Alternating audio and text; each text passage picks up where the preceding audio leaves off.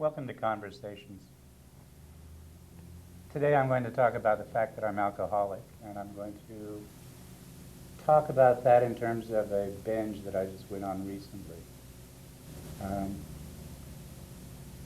Perhaps, if this sort of thing bothers you, I may be talking about some bodily functions, and for me it's easier to talk about those with their common names rather than to try to find euphemisms around them. So if that bothers you, don't watch. Otherwise, I think it's good.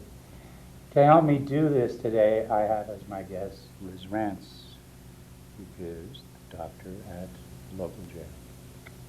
Welcome, Liz. I'm awfully glad that you joined me for this. I can't think of anyone I'd rather have. Thank you. For any number of reasons.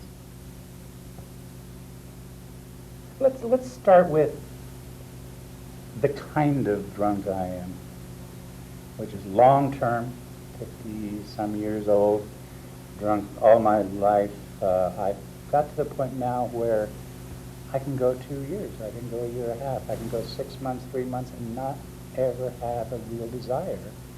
And then out of nowhere, for some reason, boom, I drink. And when I start, I drink endless fifths of whatever is there. I'll clear out my local bar of my favorite brand and move on to the next brand there. I do nothing else. I isolate sort of, except I'm a semi-public figure or see myself that way, so I don't lock my door, and people come and go, and they check up on me to see how I'm doing. Those who have more experience wait until I'm done drinking. Those who have less experience try to get me to a hospital in the middle of a bottle, which is, I don't think, the greatest idea. But let's skip right to what could kill me. Reflections on the type of, what this sort of end game, when livers explode and things like that, what could happen? Well, a lot of things could happen to you. Long-term drinking like that has damaged your liver. And if you keep doing it, your liver will get worse. And eventually you could go into liver failure. A lot of alcoholic cirrhosis will develop bleeding from their stomach. They can vomit and throw up enough blood to bleed out. You can die in the emergency room that way. If you get pancreatitis, you can get extremely sick and in fact can end up being diabetic. Could you explain that to me? My doctor, that's the biggest thing he worries about, is that, I'm not diabetic. How do I become diabetic overnight? Well, the pancreas has a number of functions, and one of them is to make insulin. And if you wipe out your pancreas, you won't make any more insulin. And you become diabetic? Yeah. Like that? Yeah. And that's It's pretty unusual. Oh. It generally, so you might have an acute episode and you need to be in the hospital and have your glucose monitored and things, but generally to completely wipe out a pancreas is hard to do. I work hard at it. Yeah, it sounds like you work hard at it. As I say, for some reason, once I start, that is it. I mean, when I start, I don't think that's where I'm going. Let's lead into that thing of what sets it off, not because I want to get into my personal history, but part of the reason I want to do this is for other people perhaps to have an insight into if they have a relative or something. And what sets you off is the question that if you were in long-term intensive therapy with someone, they'd be trying to help you find. And also, we were going to do something, then let's get sidetracked. You and I should make some disclaimers before we do this show.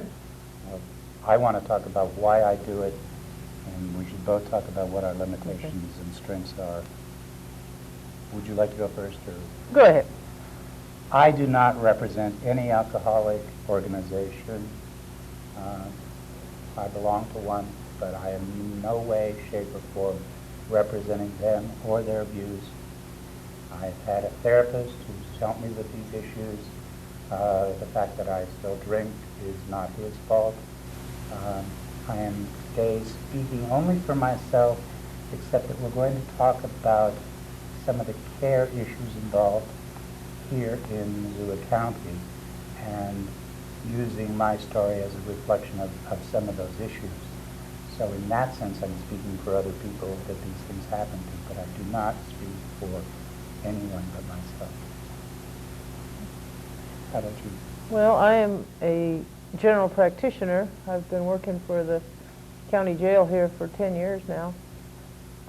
Before, well, all of my professional career, I've worked with poor people and often homeless people, and that, of course, often involves substance abuse problems.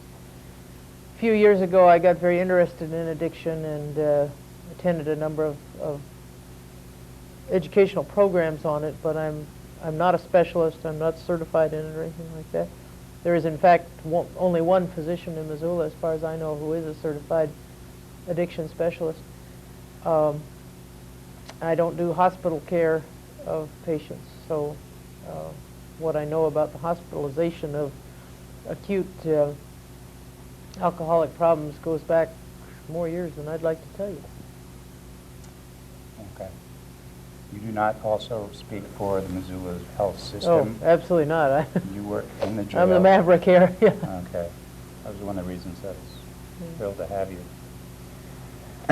Also, I get ahead of myself. One of the things I also wanted to do was talk just a bit about my motivations for doing this, because I know that those are going to come up along the line at some point. Already, I talked to my friend Jenny Miriam, who's the health editor at the Missoula, and who wants to do a full page on this. That was not my intention. I just told her we were going to do this show. But it's going to look like I'm out to grandstand. First of all, I want to say I am. This is a television show that I put a lot of time, effort into. I'm doing the show because I want to help other people, but I am not unaware that this is hopefully going to be a show that makes some difference and increases my visibility in the community. I can't be unaware of that. Unfortunately, a person can, at least maybe some people can, and I can't be totally altruistic. Also, I may be accused of trying to work out my own problems and my own therapy by using my TV show. I'm not unaware of that at all either. I have found that being open about being gay, that being open about being HIV positive, have helped me deal with both of those issues.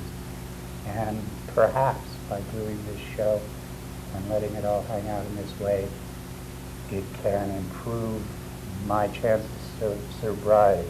I am not, in any sense, using this as a substitute for other things to help me out. In fact, I'm doing more, I hope, right now along those lines outside of this show than I've ever done. Now, those are the kind of selfish ones. Let's move up to the more altruistic. All of you out there are touched by alcohol, I would say. You have relatives, friends. You don't know how to deal with them, and I'm going to try to not tell you how to deal with them, but maybe give you some insight into what it's like being inside them and the kind of care that they are likely to receive. And then the big thing, I would like to make a pitch with this show that in some way we find a way to better coordinate the efforts in the community. I do not in any way want to say that any system or institution in the Valley is deficient or is not doing the job as they understand it. My point, and the point I think that Liz will make, is that it isn't working as well as it could, or even I think as well as it did in the days when I went to Galen and took care of them. There. That's quite a good place.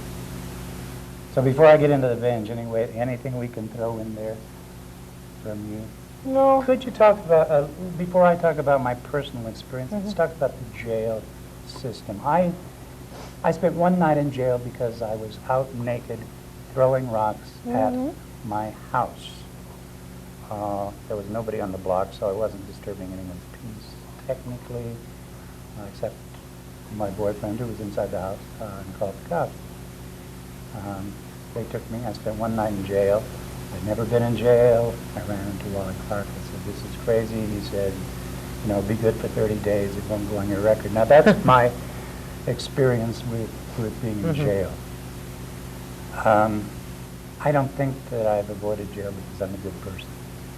I think I've avoided jail because I use the hospital. Would you talk to us about some of the jail population? What happens there? Some of those people who are...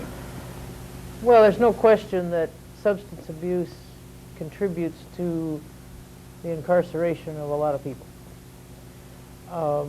And we have the full range. We have a lot of people like you're describing who are brought in basically because there's nothing, nothing else to do with them. They are too drunk, too obnoxious for some reason to be just sent home. And there's no place else for them to go. They haven't usually done that much in terms of breaking laws, just kind of public nuisance things. And in fact, most people who are brought in because they're public nuisances are booked and released. We're not in the business of short-term incarceration for minor offenses. And then we have a number of people who are brought in for specific substance abuse-related problems, drugs and alcohol. The most predominant one, of course, is the DWI, the driving under the influence people. And there are very strict laws in Montana, as elsewhere in the country now, about drinking and driving. There should be. If I had my way, you wouldn't drive if you had had a drink at all. But we have this system that incarcerates people when they've been drinking and driving. And if you do it twice, you're in longer. And if you're in 3 times, you do it, I think it's when you get to 4 times, you're in for a year. You may be in the county jail for a year, working off your DWA. Fine. And then we have people who are in on criminal offenses that are related to their substance abuse. They're poor, so in order to drink, they have to write bad checks, or they drink and beat their wife and get brought in. And so we have the full spectrum. I always tell people if you got a drinking problem and you need to get detoxed, you want to get arrested, because we do it, I think, very well. But then once a person is sober, if they spend a long time in the county jail, they will not get any kind of therapy other than AA. We have a few AA groups that come in and work with. And that is something that I've been personally lobbying to get changed. I think that it would be much more useful, especially for the drunk drivers, if there was some other program. And they attempted in the last legislature to get a diversion program going that would take people, not incarcerate them, but put them in a treatment program. I'm not sure what happened to that. It was going pretty well, but I don't think it actually passed in the end. But it will. I mean, soon we'll have. That's the trend across the country now. And we follow the trend. Okay, well, let's see how quickly or how efficiently, let's put it this way, I can go through a rather long experience. We talked about what set me off. I have been set off by something that was really wonderful.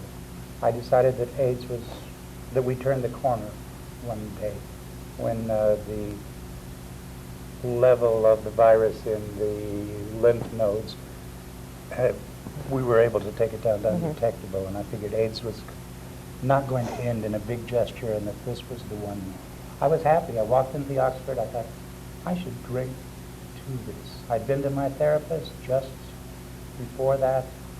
I was happy as could be. I was joyous, and that set me off. So, although this particular time I was worried about, there were stresses of other kinds. I don't think that's, in this case, all that material.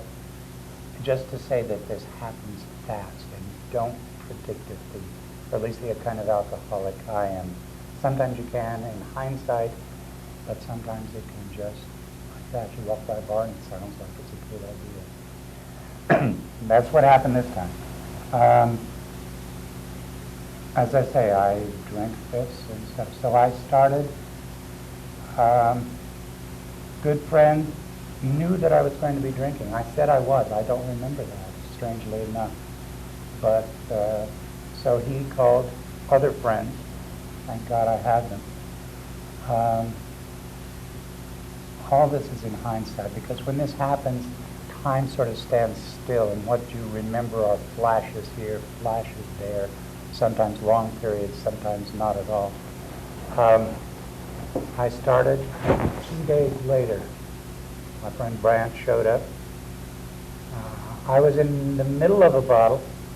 He insisted I should go. He gave me two choices. Either I went on my own or he called and they were going to take me. There were a bottle of tranquilizers nearby that was empty. As it turned out, they were empty because I'd been out, but he didn't know that. So he gave me that choice. I wound up going. The ambulance comes. Sometimes the siren's on, the lights are whirling.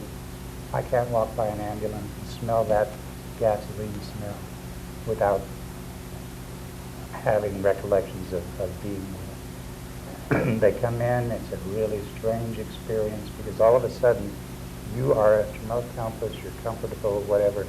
There are big, huge guys all around you asking questions. There are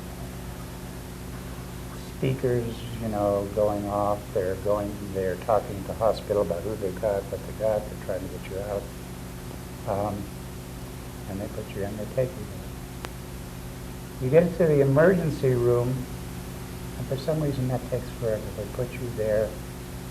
I've always gotten good care. This time I got a doctor who I felt didn't like me for some reason, but that's the only time I have ever had any feeling. I don't feel that my HIV has ever caused any problem where I was treated less well. Being gay has never caused me any problem. Okay, so I'm in the emergency room. It takes forever, and there's nothing to distract you there. You just sit and wait. Now, at some point, I was sent for chest x-rays. There are blood exams. It goes on and on, or at least this time it seemed to, and it usually does. What they're looking for is whether you are sick enough to be admitted. Being drunk is not quite enough. As it turns out, in this case, and I don't remember Brandt being there, I don't remember anything I said to him at all. I had this flash that at one point I looked down and those little things they put on you in the hospital, I had them on. So I was vaguely aware that I had been to the hospital, but I didn't know when. I didn't know whether it was recently, whether it was the day before. All of a sudden I come in and gone. Somewhere in there, I remember my local bartender, Sean, telling me, Greg, you've had enough. Can't see me. I don't remember whether this is going to be the last bottle or whatever, but that's in there somewhere. So I had been kicked out of the hospital.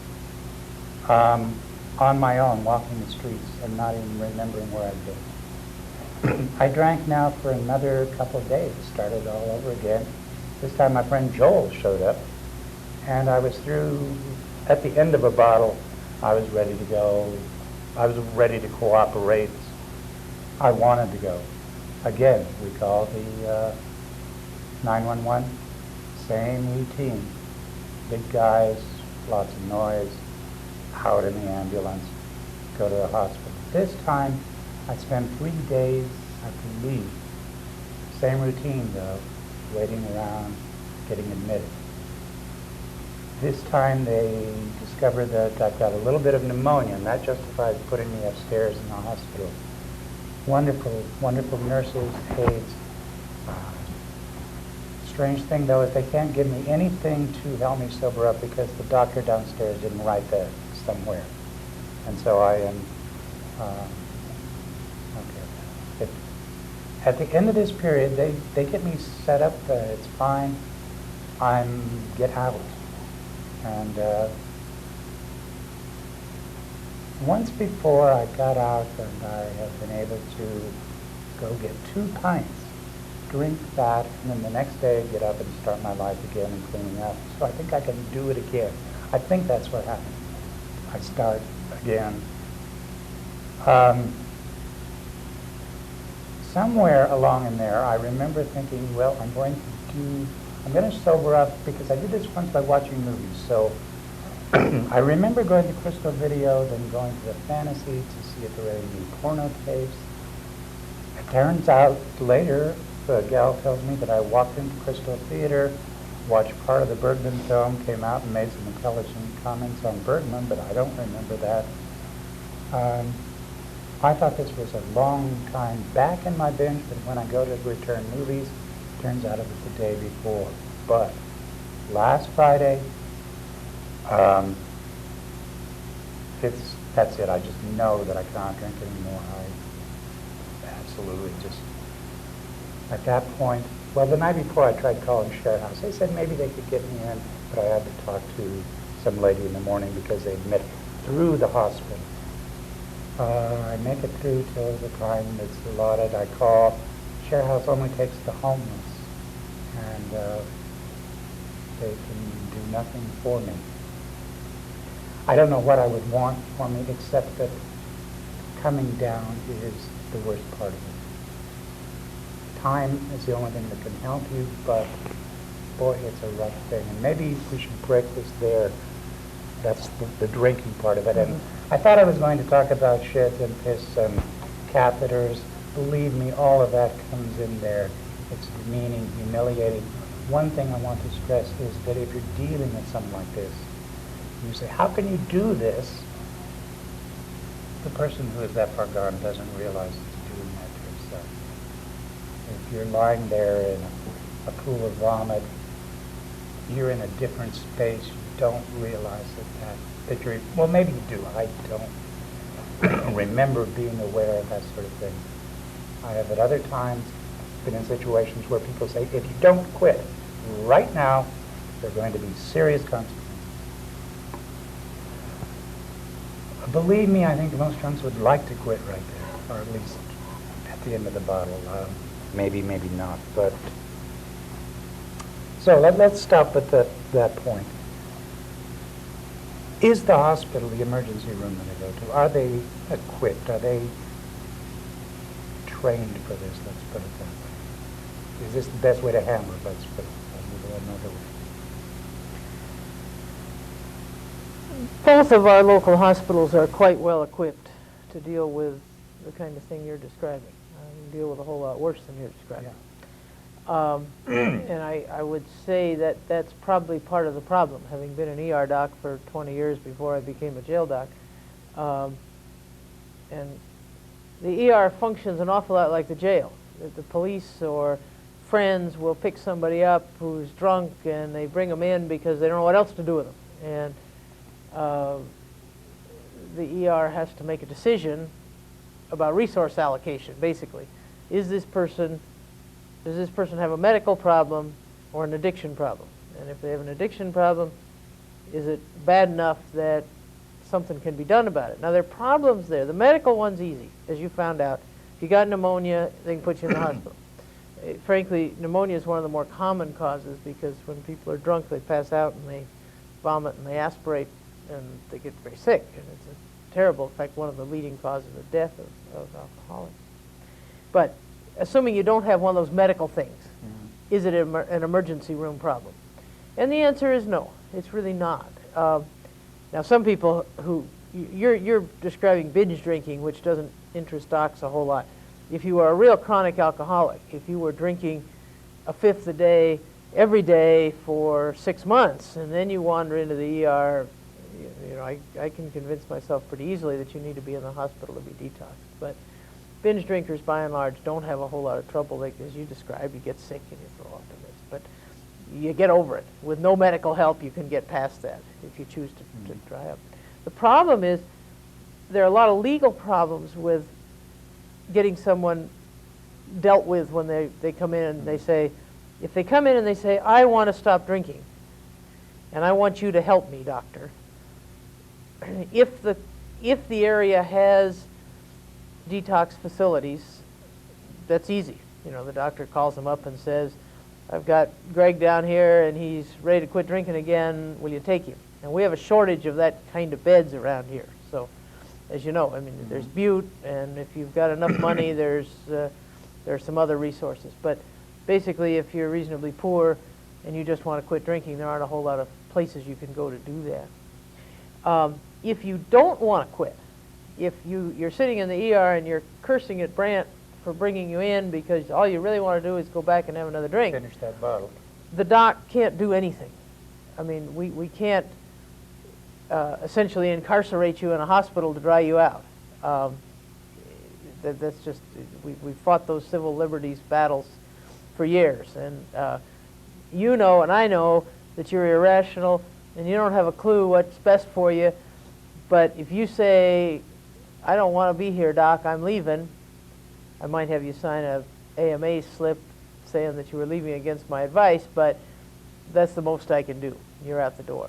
So the first time with Brant, Yeah. as it turns out later, I found out by my stool, I guess I will use one of the nice words, which was totally black. The second time I went in, at first it was horrifying, but then we figured out that they had put charcoal down me the first time around. Because they were concerned about the drug, the the tranquilizers, tranquilizers. Yeah, that's which a I didn't different, take, yeah, but yeah. how did they get the charcoal down me? See, I don't remember that. Well, it depends on how cooperative you were. You could have drunk it, or they could have put a tube down your throat and stuck it in there. It's And so I don't even remember being there, and yet I'm released out on the street. yeah. Of course, this is my responsibility. I have no time in denying this, and we with the civil liberties, so we Yeah. just turn people out Sure. to If you're wander not home. breaking the law and you're not really sick, even if you are really sick, I mean, I've had alcoholics who had horrible pneumonia tell me that they were walking out of the ER because they knew they wanted to drink, and they knew if I put them in the hospital, they weren't going to get a drink. People die that way. Well, these are some of the things and issues that we want to bring up. Let's go on and finish the detox part of this in a sense. Here I am. I've been down this road before. I know it is incredibly painful, sobering. I don't know whether it's dehydration, but you feel like every cell in your body is hurting and hurting badly. You can't eat, or at least I can't, for a good day and a half. So you're fighting that, thinking you should eat, but you can't. There are drugs that could help on that. Right? Mm-hmm. But again, the only thing I could think of is share house. That's not there. So you sit, you do anything, whatever. In my case, it's the hardest thing in the world. And to tell the drunk to stop. Because there's something about the drinking itself that once you get going, the only thing that makes you feel better is more alcohol. Is there a biological reason for that? Or? Yeah. It's biochemical breakdown products, and when your body gets adjusted to having a certain blood level, it wants it, and when it gets low, it's the addictive process. Same with any addictive substance. So you're sitting there, and you know that the only thing that's going to make you feel better, except drugs which are out there somewhere and you don't know how to access, is another drink. Mm-hmm. And you know you have the money, you can go, right next door, buy a bottle and start all over again. So it really, to stop is one of the hardest things to do, and it takes an incredible amount of willpower. So one of the questions we ask when you're trying to decide if someone really has an addiction problem is whether, when they first get up in the morning, they feel a need for a drink. Because most of us can go out and drink a whole lot on Saturday night and get up on Sunday morning and have a glass of tomato juice and keep going. Well, but alcoholics they just feel they got to have that beer when they get up, or they're not going to be able to start the day. Well, there was a time, when, a Bloody Mary or two might get you going, and that's, of course, I don't drink like that anymore. I thought this was going to be long and horrible and drawn out and embarrassing, and strangely enough, it hasn't been that bad to talk to you about it. It takes days. And you go by stages if you've done it before. There's the first time you can get something down. There's got to announce it. I wanted to do the show very soon afterwards, Yeah. so I'd be more befuddled, because it's like anything else, you want to forget bad memories. But When did you last have a drink? Friday, did you say? it was Friday morning, so it would have been a It's week been a week. ago today. You're doing pretty well then. Oh, yeah, I know. Yeah. The last 2 days, I got my apartment cleaned up again, and only thing I seriously broke was the floor lamp. Lots of people die in, shall we say, mechanical ways. Mhm. William Holden, the great actor, lived alone, and as far as we know, hit his head on a coffee table and bled to death. Yeah, accidents of various sorts are frequent causes of injury and death in alcoholics. Partly because they're out and about. Drug addicts tend to take their drug and sort of stay home and do whatever they do, whereas alcoholics are out in the bars and driving cars. And I've become very skillful.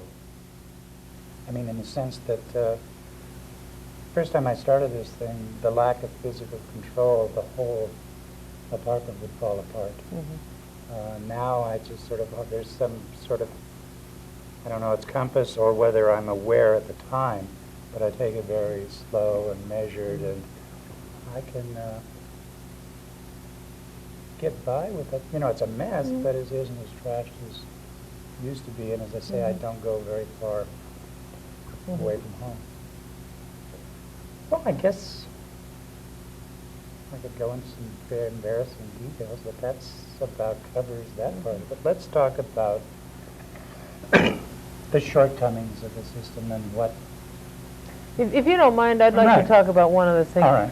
Because you're describing one kind of substance All right. abuse, which is very different from the chronic alcoholic who drinks some every day for years, and the disruption to the family and loses jobs, and eventually gets to the point where we talk about them getting to the bottom of, they can't seek therapy until they get as far down that, you know, the wife has left, they've lost the last job, they're homeless, all those things. That's a very different process than what you're describing. Right. And We should for talk audience about that. people who have family members like that, they need to understand that those family members have a very severe illness. And it's not the family member's fault that the person has it. And hounding them to get help isn't going to make any difference. Maybe simply leaving will. Sometimes if you got to play tough love.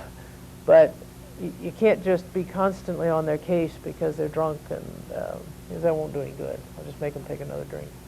Well, let's talk more about the type of drunk, because I don't know whether that's more common, but it's certainly a more devastating problem. I live alone, and of course it affects friends, but I sort of structure my life. My friends know that. Yeah. After I started a gay and lesbian newspaper here, and incidentally, Kat, Justin out there, I now realize that you guys were right and I was totally wrong on that.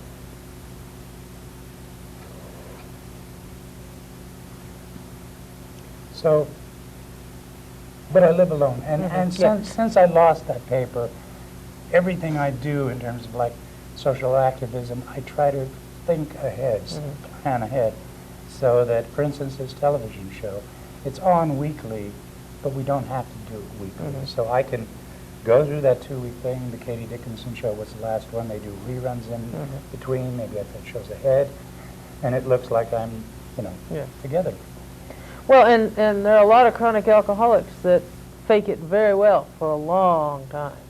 There are physicians who practice for years and go home every night and get plastered. And eventually it gets found out because other physicians are trained to be observant, and you start noticing signs. And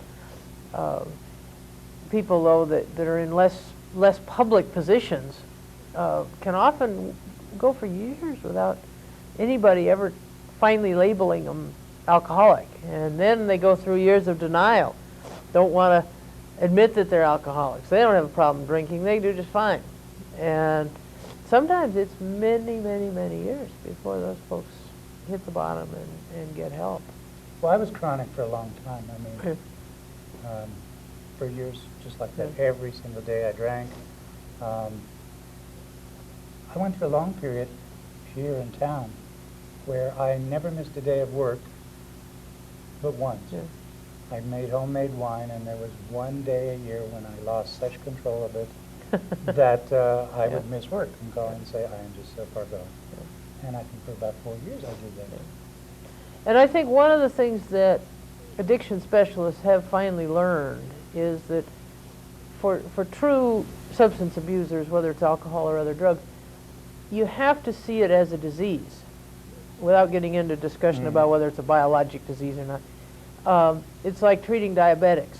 You know, we don't get mad at our diabetics when they come to the hospital in diabetic coma. We treat them and get them back stable and send them out again. And you know, for years, and I think that's why you get mixed reactions from docs in the ER, because if you work in an ER long enough, you see the same folks coming through over and over and over again. You know, you think, oh God, here comes Greg again. Yeah, You know, it's hard nurses to. well, you know, and doing the show and you know, being sober, let's say most of the time. I've had people on the other side of this table who come and, you know, the guy who's the chaplain for hospice stops in and talks to me, and we have discussions about life and death and theology, you know. You know, and I'm, well, oh, hi, Greg, you don't remember me, but, you know, that the last time you were in. We wanted to talk, though, and I want to get back to this thing of the system. The local. Twice now, huge ambulances and teams of men came when it's called in and everybody knows I'm drunk. I'm not quite sure. The first time with the tranquilizers, I can understand that. I don't know quite why you got the ambulance the second time. Standard thing. Greg's ready, call 911. Really? Major guy every time shows up. Your friends don't have cars to put you in? I have done that. I mean, there's no reason to take an ambulance just Well, because you're drunk. that's true, yeah. Assuming you can walk. At times I've not been able to walk.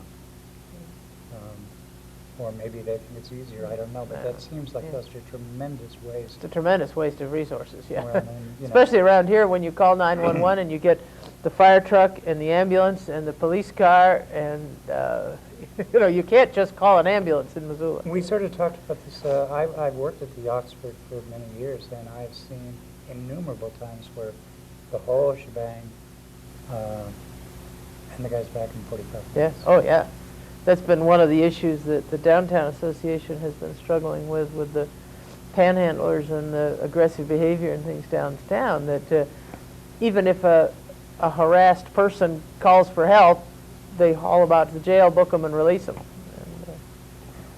Let's talk about a different kind of drunk, or let's talk about, let's say, a middle-class housewife who calls her family and says, I'm having horrible trouble, I'm ready to check myself in. They don't even know she's got a problem. They have no experience with this. What are they liable to find out? I can't tell you a whole lot about that locally. Providence Center has an excellent detox program up on the top floor of the facility there, I've been there. Which middle-class housewives are certainly eligible for. I don't know whether it's full all the time or not. I don't think it is. I would think that if that woman pulled into St. Pat's ER, that the ER doc would just push all the buttons to get them admitted over there. But I don't know. Well, what happened in this particular case I'm talking about, you know, she came from quite a distance, and so she was sober enough. They said, yeah, sleep it off, come talk to us in the morning. And get a counselor. She got a counselor, said, yeah, we'll check in if you want to, but we don't have any place available. I don't know. I think most middle upper class folks deal with these things through their private physician. As I would say that you probably should, if your physician knows that you have an alcohol problem, when you are trying to sober up, I would think that it would not be unreasonable to ask him for 4 days' worth of benzodiazepines to help you with it. And I used to do that all the time when I was in practice. And most your middle class housewife that you were talking about, I would anticipate would call, or the family would call the internist, and the internist would arrange for them to be admitted somewhere. Most people prefer to be admitted a little ways out of town, and there are other facilities. You go over towards Washington and down in Idaho. You know, I went to Galen in the old days to dry out. That was the first place I went. Boy, I thought that was efficiently done. We used to do it wonderfully. I was an intern in a little county hospital in the middle of the Central Valley in California, and we detoxed people right and left. And they'd stay for 3 or 4 days, and then they'd be gone again. And, we didn't do much for them. I mean, we helped them dry out, and they got to talk to the social worker and talk about what they were going to do with their life. Well, Galen, in the old days, you'd go to the emergency room, or they'd be taking you in there. There'd be none of this emergency room rigmarole. They come out and say, yeah, you're drunk. Yeah. You sit over there in this room, and someone would come.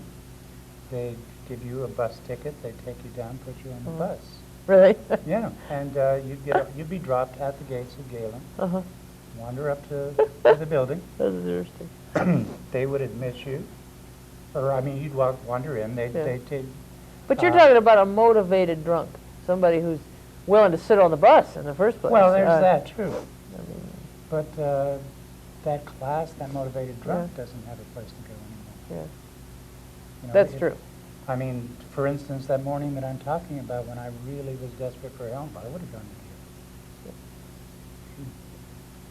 to Galen. When Galen was closed during the Reagan years, because that sort of thing was considered way too expensive for us to handle, I went to Butte. And in that case, same thing. Little room at St. Pat's. Somebody from AA came. Right. They drove me over there. They straight still do to that Butte. sometimes. Well, maybe I'm doing. Yeah. So what could we do better, I guess? Or what needs improving, Yeah. I guess? I don't know. I would like to see a program like Share House only for non-homeless people. I mean, Share House is wonderful. They do some just really incredible place. But you got to be homeless to get in, and that certainly does not meet the needs of the non-homeless.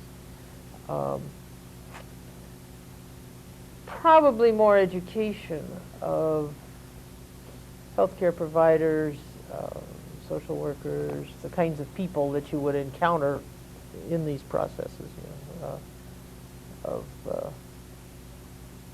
the options. I suspect there are more options out there than any of us know about.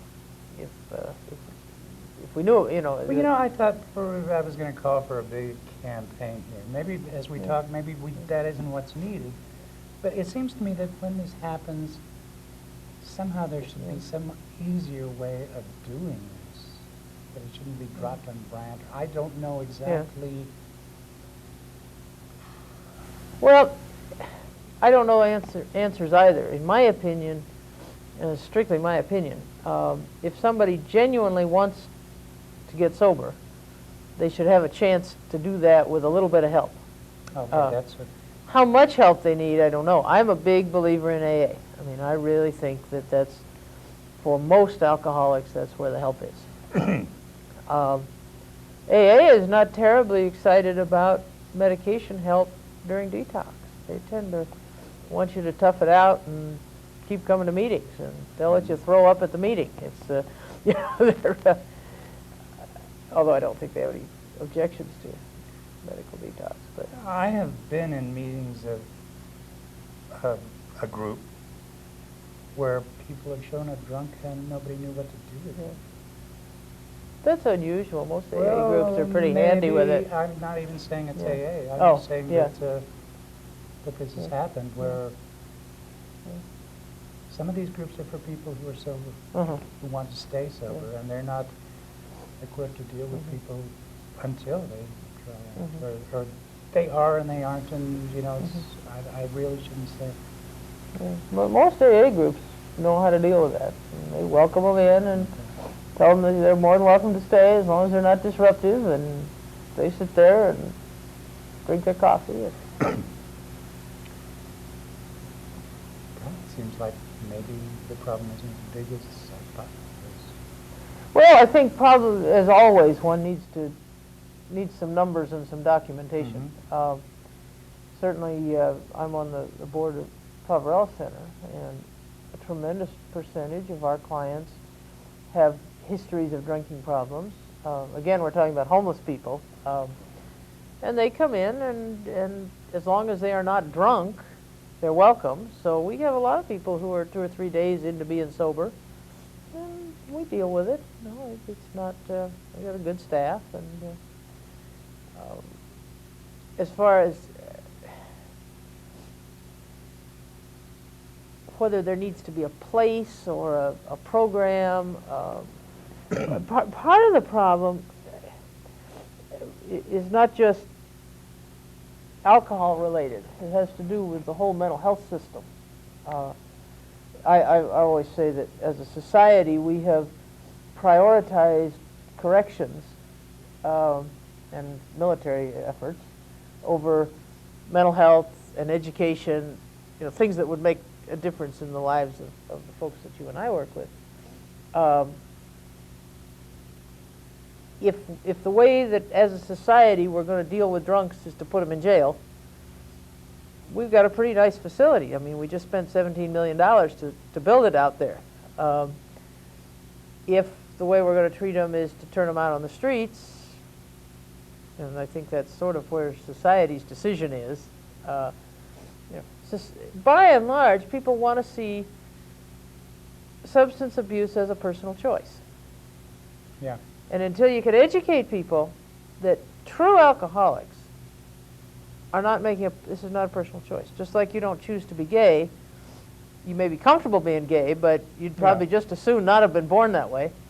True alcoholics, once they're exposed to alcohol, they're not choosing to drink.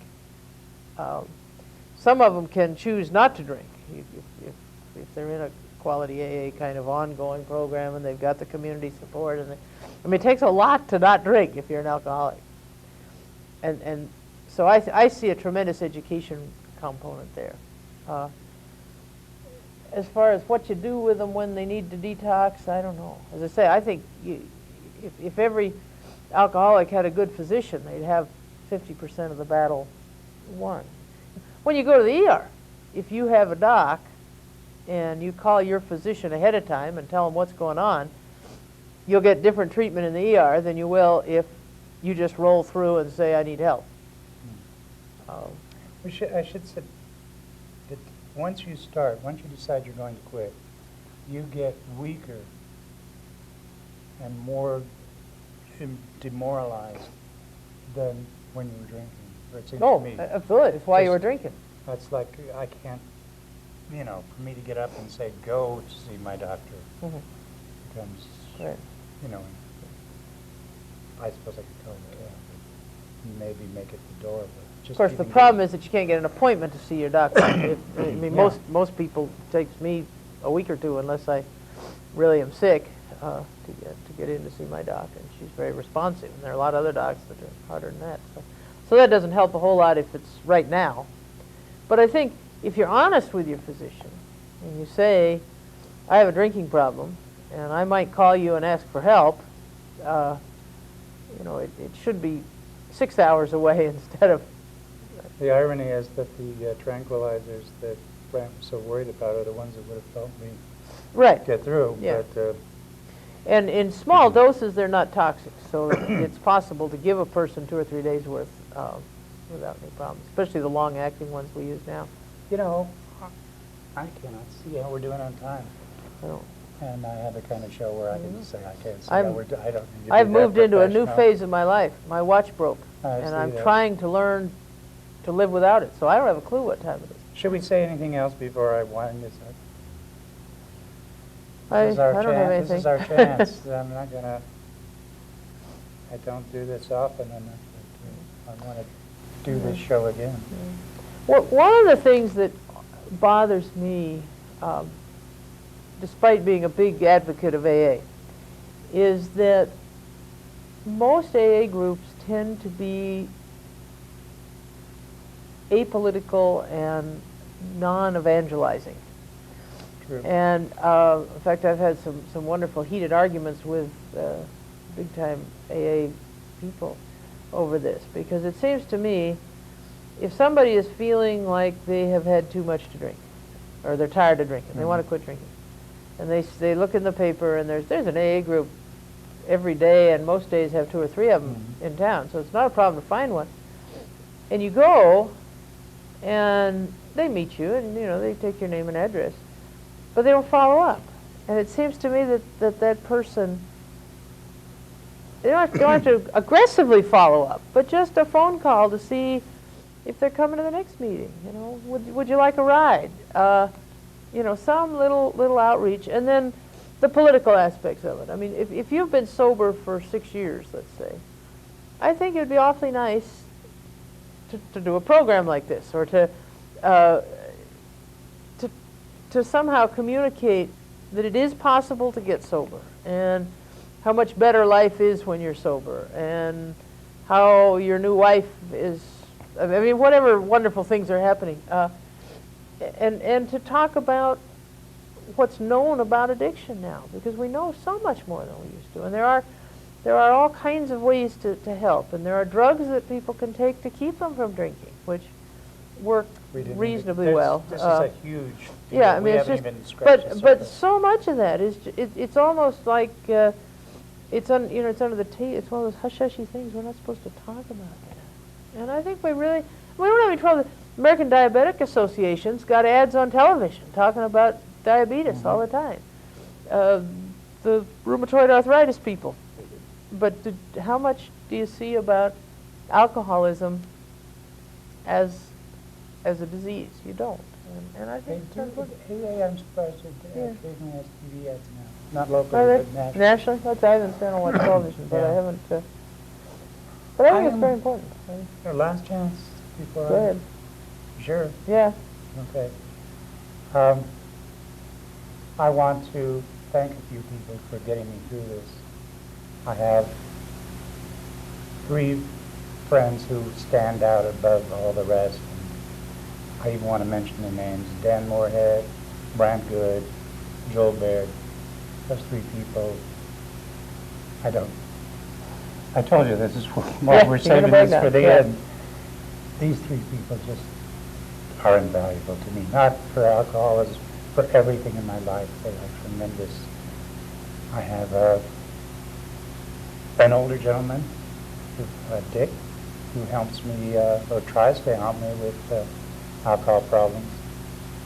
And then I want to thank a young man who has helped me on all these shows. I wish he could have been here today. Unfortunately couldn't. That's Ed Morrissey, who this show would never have happened, and we would have never got this far with conversations if it hadn't been for him. And then I could start, it's like the Oscars, I could start down. My minister this afternoon said, tell truth. On and on we go down. When people talk about drunk and homeless and friendless, and that may be true for a lot of people, but for me, Yeah, you don't have that excuse. Oh, God, I have. I am more loved than I deserve. God, I have tremendous people in my life, including you. Okay, now break down. Thanks, Liz, for coming. You're welcome. That's really